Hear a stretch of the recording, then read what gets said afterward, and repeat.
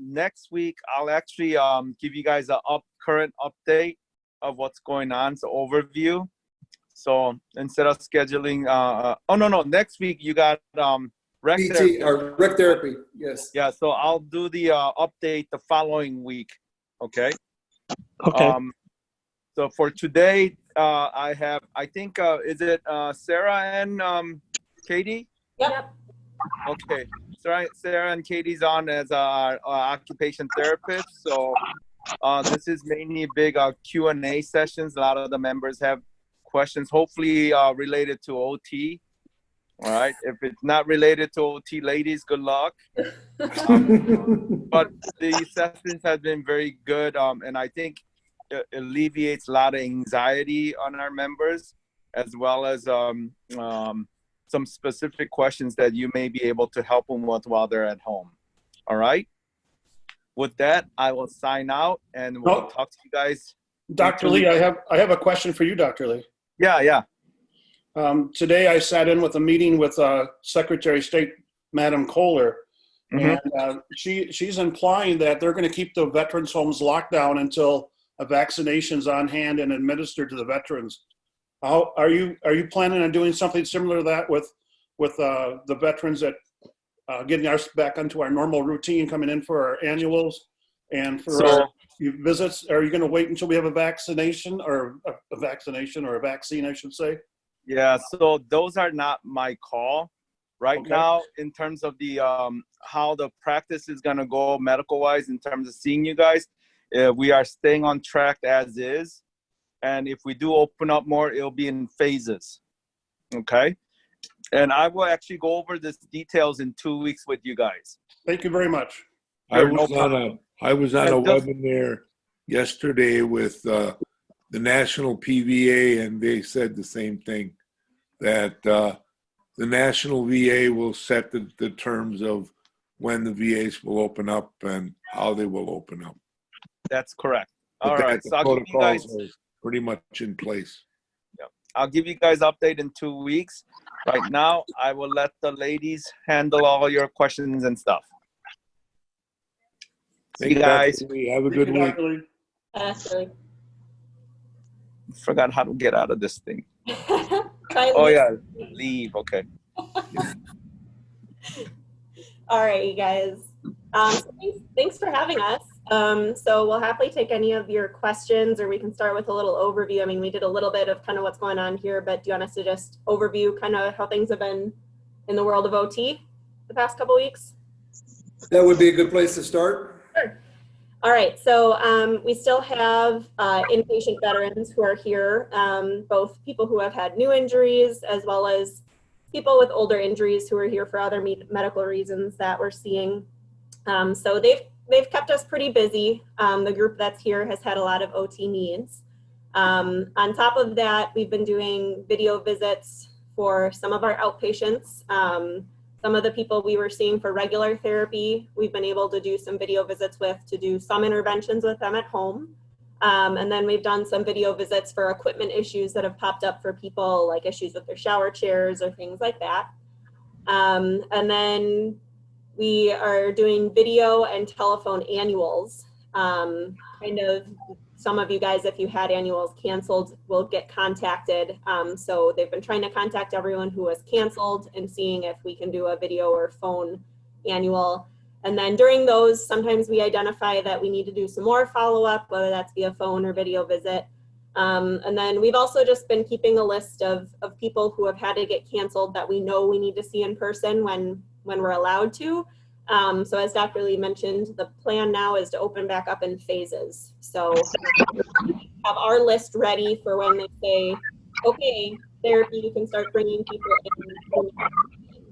in. So we're, just making sure that we can address as many needs as we can right now with the phone and video, and then kind of keeping track of people who are going to have to come in. So that's kind of the overview of what's been going on here, right? Yeah. What questions do you guys have for us?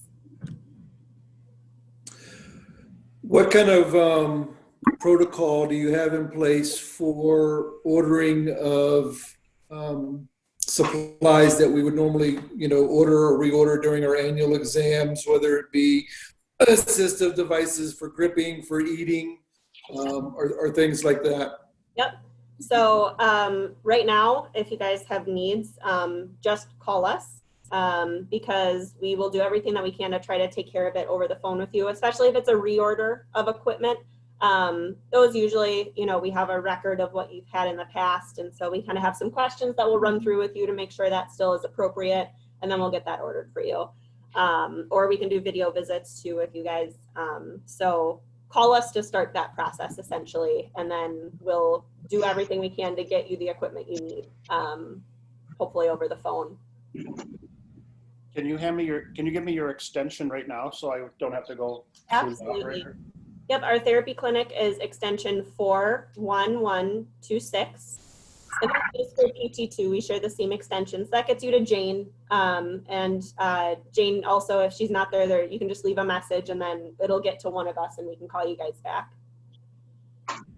And two, we always, if you do ever leave a message, we always call you guys back and we don't order anything until we talk to you because we just want to make sure we're going to order you the thing that you think, or we're ordering you the thing we think you need. So instead of giving you a shopping list, should we just ask you to call us back so we can discuss items that we need to get? Yes, absolutely. Yep. Just leave a message, say I need some equipment, have OT or PT call me, and then we discuss from there. Yep.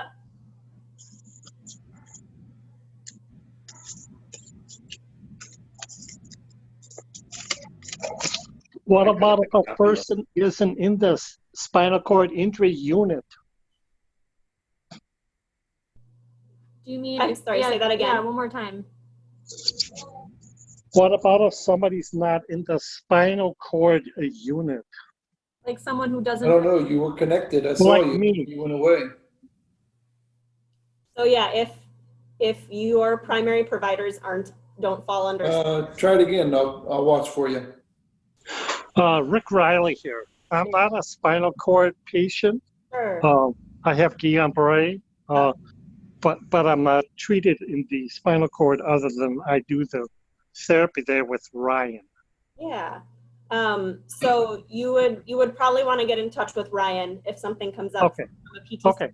Thank you. Yep. Yeah. And if you need something from occupational therapy, Ryan can get you referred to OT, or your primary care provider can consult. The OT in the main hospital is operating pretty similarly to us right now too. Okay. Thank you. You're welcome.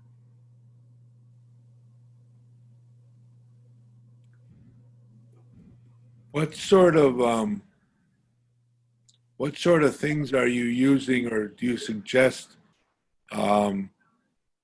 individuals should you do to maintain their fine motor skills? Do you have any suggestions on things that would help with that? Sure. You wanna go first? Yeah, I Yep. mean, I would say generally speaking, we're encouraging people to, I know a lot of your daily routines have changed a lot, but as far as keeping up with what you were doing before, and so if it's a specific case, I would say if that person had seen a therapist in the past, we could, discuss over the phone different things that they might be able to do at home. They might have been issued materials in the past for exercises, like, we have the Therapody and we have other devices or equipment that they might have had. So if someone needed a bit more, like maybe a brush up on, exercises that they were doing, I think it would be good for us to know what you have available to you at home. But I mean, anytime you're managing buttons and zippers and, the caps on your toothpaste, a lot of that stuff, is a lot of fine motor depth in it as well. So sticking with, your normal routine in that way and not avoiding those tasks maybe because you're not going outside, which you should be going outside, but, limited to what you might be using with that. And then other just kind of general good things to maintain like fine motor coordination or function. You use a lot of coordination, picking things up and like holding them in your hand. So this can be done with people at all sorts of levels of hand function. Is find something that you can, like one of the smallest things you can pick up and also hold in your hand. And so you can work on picking that up, holding it in your hand, dropping it into something that's really small, like a slot. So like cutting a slot in a piece of Tupperware. You could work on, you know, dropping things into that. You can work on picking things up and trying to hold them in your hand while you grab more things. Those are kind of just some like targeted activities you can do. If you're someone who has a little bit of finger function, a really challenging activity is trying to open and close safety pins. Another one is trying to make like a paper clip chain. So those are just 3 ideas of kind of things around the house. If you want to really try to challenge yourself, those are good fine motor challenges too. But in general, your everyday activities and the challenging parts of those, kind of repeating them is a good practice as well. How about putting on a mask? Putting on a mask, oh my gosh, yeah, that definitely takes some good fine motor coordination. Do you mean tips for getting one on? Do you have any suggestions for individuals who don't have a lot of fine motor capability? Yeah, that's a good question. I know that there's different kinds out there. So I think the ones that have these straps that go around the ears would probably be easiest for someone who maybe doesn't have a lot of, you know, to tie. Some of them tie. And so those are. There's, you know, if I don't have someone to tie it for me, right. We can't put a tie on. Right. So if you have a choice, I would say choosing the one with the loops is better. But if you can, I can kind of show you here, even just hooking your hand into it. And then if you've got good shoulder and arm strength, you can kind of use your whole shoulder to get it back. Yeah, well, that would probably be the easiest method. It becomes a little bit of a battle when you got one ear going off and then the other ear falls off. Yes, yeah. I may have a suggestion on that. Go ahead. I seen recently, and I think it's been on the news. They are putting, you know, you have a headband, you know, for keeping you from sweating. People are putting large buttons on the headbands, and then that way they can take with a grabber and clip your straps over those buttons easy. And then it stays on, and then it's not hurting your ears. Yeah, that's a good tip. We've seen those. Mm-hmm. So I would recommend getting some of those and getting it to people like Ken who have motor skill issues, and maybe have some direction on how to use that. I think if you know, members, if you guys are having a hard time specifically with putting a mask on, let us know, because that's something we could work on with a video visit with you guys, and send you some equipment or things like that. It's hard to generalize. But we'd be happy to work with you guys one-on-one to figure out something. Well, and maybe we can get that out to our on our website. Is let's let people know if they want assistance with procedures for stuff, they should call in. Absolutely.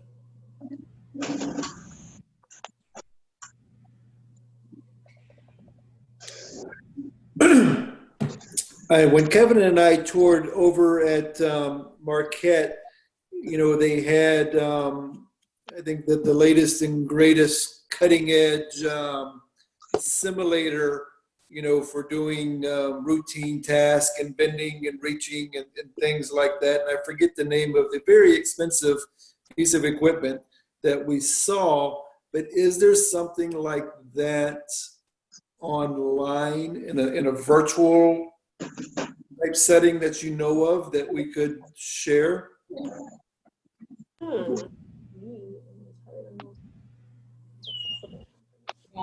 Yeah. As far as like interacting. Right. So I'm thinking when I think about, you know, price point and what most people have accessibility to, the Wii gaming system, if you're familiar with that. Sure. Is, you know, when you have, you know, interacting with the screen, and now it's not that true virtual reality type setup, but as far as like what you're most likely to have access to, even like friends and family having that also, that might be a good option for people. Just for one, it's, you know, it can be entertaining and it can be enjoyable too, you know, and then also you have the different options to meet different skill levels. They have different games that maybe require more of a grip on the tool and some that don't. And so there's a lot of flexibility there to meet a lot of the needs of whoever the individual might be. I think that's probably Yeah, I would say that's the best one that can meet the most diverse needs Right at now. a good price point. right now. Yeah. Yeah. And I mean, So I what, think like and I don't know as far as where it falls in the price point now, but I know that Samsung that has the Yeah. VR system Headset. headset. I mean, that requires like, being able to put that on, and it's obtrusive in a way that you really can't see. I think you can't see what's going on around you when you have Correct, that yeah. on. But if you're in a safe setup and maybe you have someone nearby who can help you, there is a VR system like that, it's pretty cool. I don't know if it's like competitive in nature where it's a game. I thought it was more just like you're looking in an environment and you're moving your hands around. But so that's another option too. I just think the Wii is probably more readily available to most people and cheaper too. are there any health concerns with the VR technology with those of us who don't have any proprioception? Yes. Yep. So with VR systems, you have to be very careful. If you are somebody who has balance deficits when you're standing, it's something you should start and try sitting in a chair with a backrest on it. And then if you have somebody available, we'd always recommend you try a new technology with someone nearby, just in case for your safety. So the headset ones also generally require you to move your neck and your trunk around. So knowing what your personal limits are, and like I said, sitting in a chair with a back or sitting in your wheelchair with your backrest and your armrest, and then having somebody nearby the first time you do it, just so you know exactly what you're getting yourself into. Those are just some general good safety precautions. If you're somebody who gets motion sick, you're not a person who I would recommend pursuing VR with. And then we always recommend you limit VR use to 30 minutes. That's kind of what VR is just starting to be used in rehab centers. So some more evidence has been coming out in our therapy world. And that's the recommendation of what to start with, is no more than 30 minutes at a time, because it is very overwhelming to your senses the first time you do it. So that's considered a safe frame to use it before you need to take a break. Yeah, remember, Scott, they actually even had me hook up on that little strap when I was on that thing, just because he said you get unstable sometimes. Yeah. And maybe I'm unstable some of the times anyway, but. Yeah, those systems are cool in terms of the things that it kind of open a world up for you when you can't leave your house right now. But you definitely want to have safety in mind when you start using something like that. Are there any websites? I know for PT, there were a couple that were online on the YouTube's things that they had some guys and gals in chairs, and they had different levels, low, medium, and high for things that you can do as part of what can you do for different functions. There was a whole series of them. I watched a couple of them. Is there anything like that? I haven't looked on the YouTube for occupational. Do you mean for VR or for just like? No, just for regular, like Ken was saying, for what should we do for fine motor, or is there something like that? I haven't looked. I don't know. Yeah, off the top of our heads, we're not sure of any resources, but we can look and see. I know there's, some of the private sector hospitals have some good, at least exercise videos that I can send you, Scott, and we can take a look and see if there's any good like fine motor ones, and we could add to that list. So Scott, we can try to send you a list tomorrow. Great. So we have a YouTube channel of our own that's linked off our website. So even if you two were to make an in-house video of something like that, we would be glad to share that with the membership as well. Cool. Okay, great. We can cross post that on the Facebook, directing the link over. Cool. Okay, cool.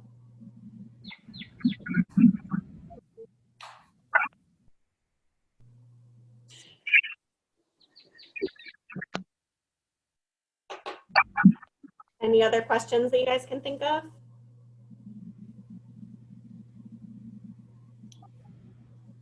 I'm tapped out. I guess I'll say, I do, and I will go back to spreading mulch. Are there any trends that you've picked up on since this has started in our world? Anything that people should be aware of? I think the biggest thing is that, you know, everybody in the world is obviously struggling with changes in routines. And I think you guys very well know when you have a spinal cord injury, changes in your routines can really put a kink in how your world operates. So I think from our psychologists here have been doing a good job with our staff of reminding us but there's a lot of things right now that we can't control. And so just trying to have a positive attitude about the things you can control. But the biggest thing that I think our therapy staff really wants to continue to encourage you guys is, especially now as the weather's starting to get nicer in Wisconsin, you can't maybe go to the gyms or the places you used to go, but you can go outside if you observe social distancing. And so it's still a great idea to get outside for wheelchair propulsion or walking, whatever, you know, way you can move most safely and get around and exercise that way.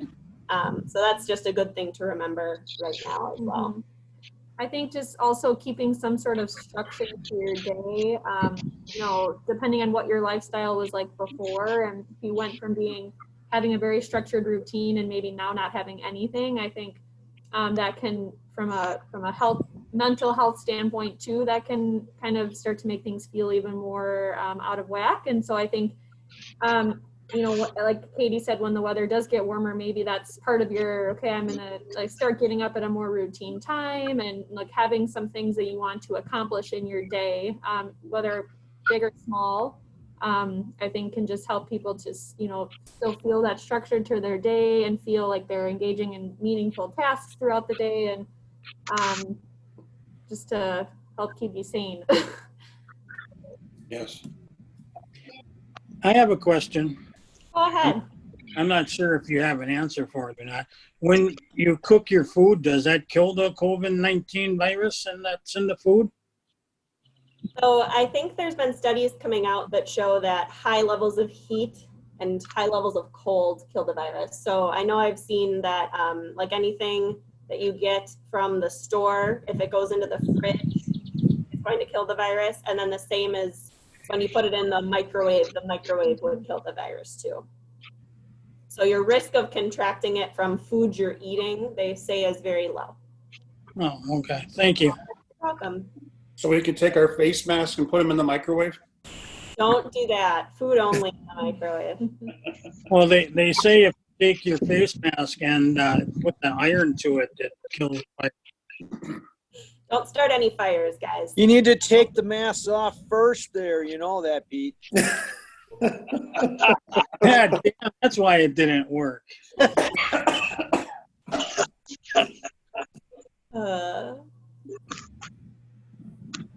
Thank you, ladies. You're welcome. Any last questions, comments, thoughts? Yeah, when do I get out of my house? Jeez, I'm going crazy being in the yard. Got to do something. Hopefully this will end soon. We all share the same hope. We miss having you guys here just as much as you miss being able to get out in the community here. So hopefully this will end soon. But until then, stay healthy. Try to stay as active as you can. And obviously, if something comes up, please call us. We're happy to help you via phone or video to the best of our ability to make sure you guys are still functioning how you want to in your homes. Yes. Awesome. All right, you guys have a good rest of your day. Just so you know, in case you haven't picked up on it yet, the VA is fielding Facebook portals starting to for individuals in the caregiver program. We started a beta test a couple of months ago with a couple of devices. Now we're going to kick that up a notch, and anyone who desires one, we're going to try to get them one as soon as we can to allow social connection with the medical facility and family members and caregivers. That's awesome. Great. So just FYI, if you hear of anybody, just direct them back to us and we'll try to get them taken care of. Cool. Okay, that's great to know. Thanks, Scott.